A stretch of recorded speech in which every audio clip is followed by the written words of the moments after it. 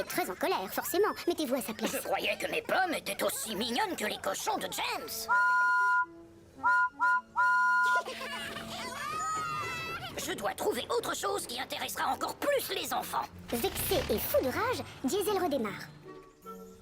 Un peu plus loin, le voilà qui croise Rosie. Et regardez un peu ce qu'elle transporte sur son wagon plat. Elles sont jolies, ces fleurs, non? Mais dis-moi, où vas-tu avec ces très jolies fleurs? Je dois les livrer au marché. Il faut que je me dépêche, j'ai un programme chargé. Une autre idée fuse alors dans le moteur de Diesel. Toutes ces fleurs blanches sont aussi jolies que les cochons de James. Donc, si je livre ces belles fleurs, les enfants viendront m'applaudir, tout comme James. Je ne suis pas très occupée aujourd'hui. Je peux aller livrer tes fleurs au marché si tu veux. Rosie est à la fois ravie et étonnée. Oh, merci, Diesel.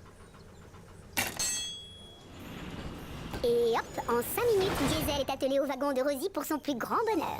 Vous pouvez le croire, il ne s'est jamais senti d'aussi bonne humeur. Il finit par rattraper James qui s'est arrêté près d'un passage à niveau. Des enfants se sont rassemblés autour de lui et poussent des cris de joie. Diesel vient alors s'arrêter juste derrière lui, avec ses fleurs et ses pommes. Mais encore une fois, personne ne le remarque. Il a toujours l'impression d'être invisible. Je pensais que mes fleurs et mes pommes rouges seraient aussi intéressantes que les petits cochons de James. Mais personne ne vient applaudir ou crier. Tandis que James redémarre fièrement, Diesel met le cap sur le marché, à contre-cœur. Après avoir livré les fleurs et les pommes, sur le chemin du retour, il doit passer près de la ferme des trotteurs. Et là, qu'est-ce qu'il voit devant lui? Le wagon de James avec les petits cochons. Une troisième idée fuse alors dans son moteur, pire que les deux autres. Et si j'emmenais les cochons de James voir les enfants, là je suis sûre de me faire applaudir.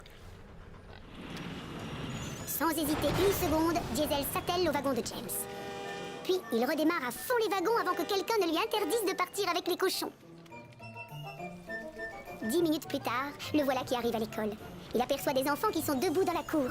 Nom d'un moteur, je suis sûre qu'ils sont là exprès pour moi. Mais les enfants n'ont pas l'air d'être particulièrement joyeux. Au contraire même.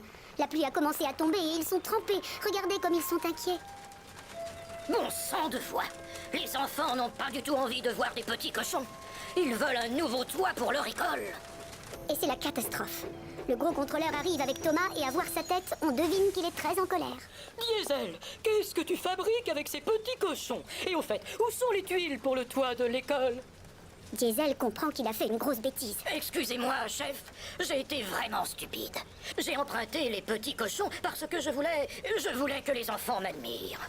Mais là, je vois bien qu'ils se moquent complètement des petits cochons. Ils veulent juste un toit pour leur école. C'est exact, mon grand. Et tu vas arranger ça. Maintenant.